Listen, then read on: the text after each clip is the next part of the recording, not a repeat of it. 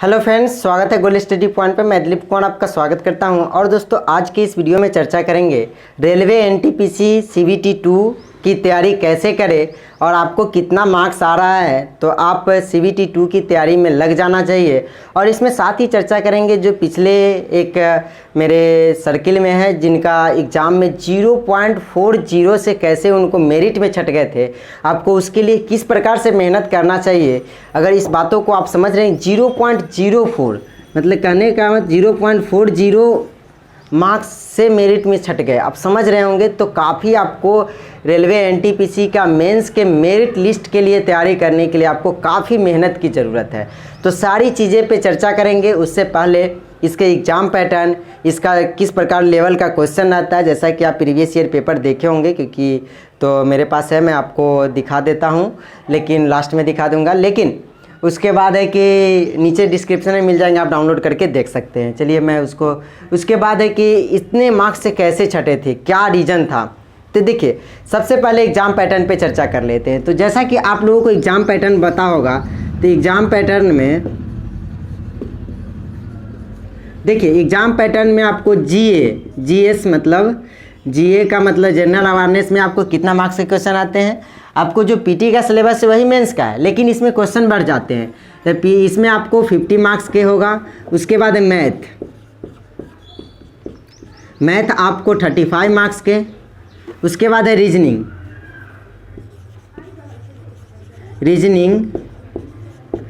आपको पूछे जाएंगे 35 मार्क्स के। कुल आपको 120 मार्क्स के होते हैं। आप देखिए, जनरल अवेयरनेस में आपको कितने कितने मार्क्स के होंगे। देखिए, जनरल अवेयरनेस की मैं बात करूं तो इसमें आपको लगभग 15 से 20 मार्क्स का आपको करेंट का सेक्शन आता है।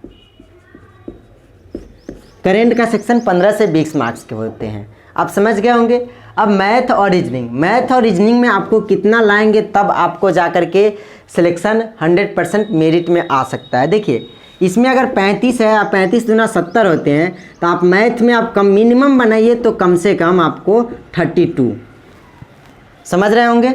अब रीजनिंग में कि मिनिमम बनाइए तो अगर 30 तो टूटना ही नहीं चाहिए, इस दोनों में समझ रहे होंगे।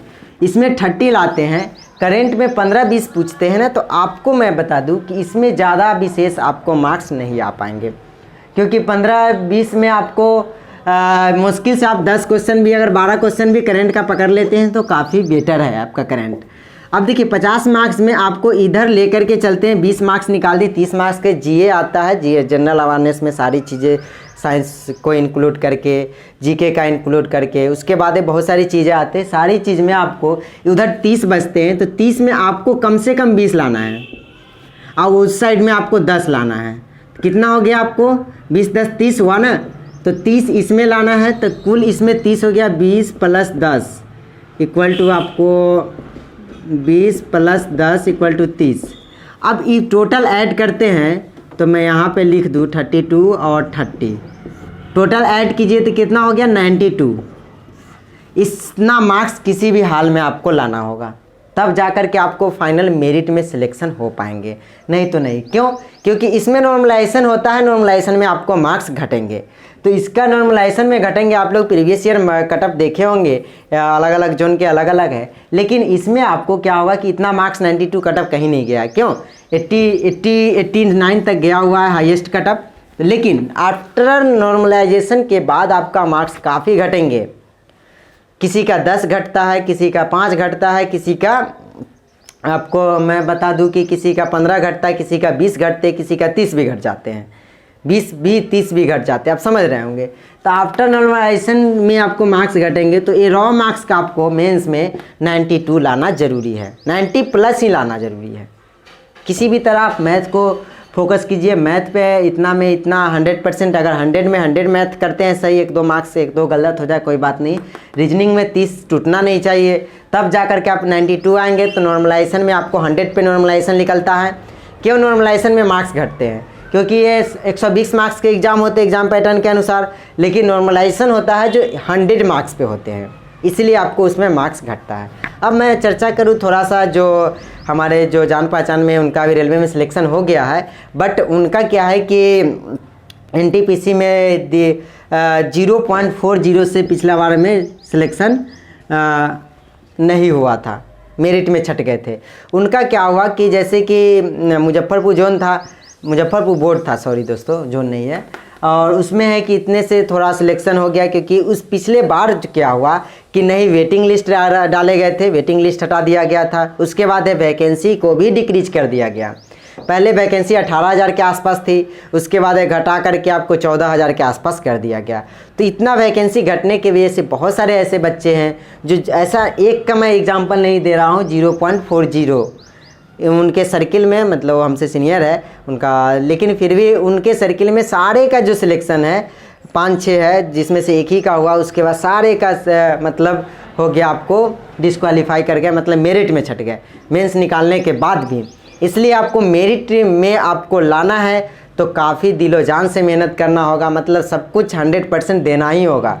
100% नहीं दीजिएगा तो आपको सच में इसमें मेरिट में छटना, क्योंकि मान लिए पीटी निकाल लिए, मेंस निकाल लिए, अरे मेरिट में छट जाएंगे तो क्या फ़ायदा, कोई फ़ायदा नहीं होने वाले हैं। इसलिए आपको जो भी हो, जितना भी हो सके, जहाँ से भी मटेरियल मिले, लेकिन self study is the better study होता है, क्योंकि सेल्फ स्टडी से सबसे ज़्यादा आप मार्क्स गेन कर सकते हैं। बार बार आप जीके के लिए आप बुक का प्रेफर कर सकते हैं, क्राउन का जीके पढ़ सकते हैं, या आप जीके के लिए जो भी आपको पुस्तक बेटर लगते हैं वो भी अच्छे हैं। उसके बाद बहुत सारे पुस्तक हैं मार्केट में, लेकिन आप किसी एक पुस्तक को बार बार पढ़िए और उसको याद कीजिए, जिससे याद करने के रखने के लिए आपको बार बार उसको पढ़ना ही होगा, नहीं तो याद नहीं रहते किसी को नहीं।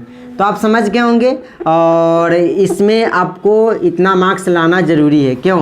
क्योंकि आफ्टर नॉर्मलाइजेशन आपको इसमें मार्क्स घटते हैं। देखिए आपको कितना मार्क्स आ रहा है तो आप सेफ स्कोर में हैं। देखिए अगर आप CBT 1 में आपको अगर मार्क्स आ रहा है 75+, तो आप समझिए कि आपका CBT 2 क्या एग्ज़ाम के लिए आप क्वालिफाई कर जाएंगे। तो आप ध्यान रखिए और तैयारी में जुटे रहिए, जिससे आपको फाइनल सिलेक्शन हो सके, माँ बाप का सपना पूरा कर सके। क्योंकि सारे माँ बाप का सपना होता है कि मेरा बेटा इतने दिनों से, बहुत सारे ऐसे होते हैं कि बहुत इतने दिनों से तैयारी कर रहे हैं, अभी तक सिलेक्शन नहीं हुआ। माँ बाप का सबसे बड़ा सपना होता है कि मेरा बेटा एक जॉब करे। तो आप अपने माँ बाप का सपना को पूरा कीजिए और दिलो जान से मेहनत कीजिए। तो उम्मीद करता हूँ दोस्तों ये वीडियो आप लोगों को कुछ हेल्प किया होगा। उससे पहले मैं आपको बताना चाहूँगा कि CBT 2 के लिए आप अभी से टेस्ट सीरीज ज़रूर ज्वाइन करें। एक टेस्ट सीरीज ज्वाइन कीजिए, जिससे आपको क्या होंगे कि रेगुलर वे में अपडेट जो क्वेश्चन होंगे उससे आपको प्रैक्टिस होते रहेंगे। मैथ रीजनिंग का तरह तरह का क्वेश्चन मिलेगा, जिससे एक प्रैक्टिस बनते रहेंगे, और जीके का आप तैयारी करते रहें। मैथ रीजनिंग का टेस्ट सीरीज से प्रैक्टिस कीजिए और रीजनिंग जीके के लिए आप कुछ पढ़िए। समझ गए होंगे, क्योंकि टेस्ट सीरीज से आपको एक क्लियर सॉरी दोस्तों,